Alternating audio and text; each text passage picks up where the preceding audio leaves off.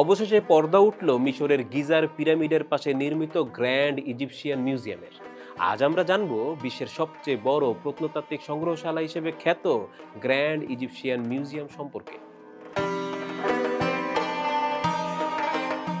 ২০০৫ সালে এর নির্মাণ কাজ শুরু হলেও বিভিন্ন রাজনৈতিক ও অর্থনৈতিক কারণে একাধিকবার তা বন্ধ থাকার পর অবশেষে ২০২৫ সালের ১ নভেম্বর জাদুঘরটি উদ্বোধন করে মিশর সরকার।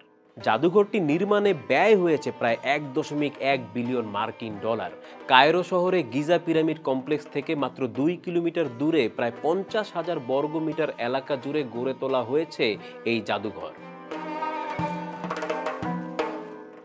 এর স্থাপত্যে ব্যবহার করা হয়েছে কাঁচ ও পাথরের আধুনিক মিশ্রণ। প্রবেশ মুখে দাঁড়িয়ে আছে প্রাচীন ফারাও দ্বিতীয় রামেসিসের ৮৩ টন ওজনের বিশাল মূর্তি।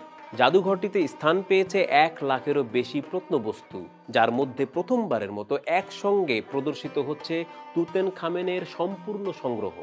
দর্শনার্থীদের জন্য রয়েছে ইন্টারেক্টিভ স্ক্রিন, শিক্ষা কেন্দ্র ও শিশুদের শেখার বিশেষ কর্নার। জাদুঘরের প্রধান প্রবেশপথ থেকে সরাসরি দেখা যায় গিজার পিরামিডগুলো। বহু বছর ধরে ঝিমিয়ে যাওয়া পর্যটন খাতে নতুন সম্ভাবনার দ্বার উন্মোচন করবে এই জাদুঘর, এমনটাই মনে করছে মিশর সরকার।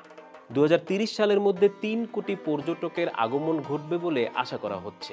অনেকে বলছেন এই জাদুঘর শুধু ইতিহাস নয়, মিশরের গর্ব ও সংস্কৃতির প্রতীক হয়ে থাকবে নতুন প্রজন্মের কাছে।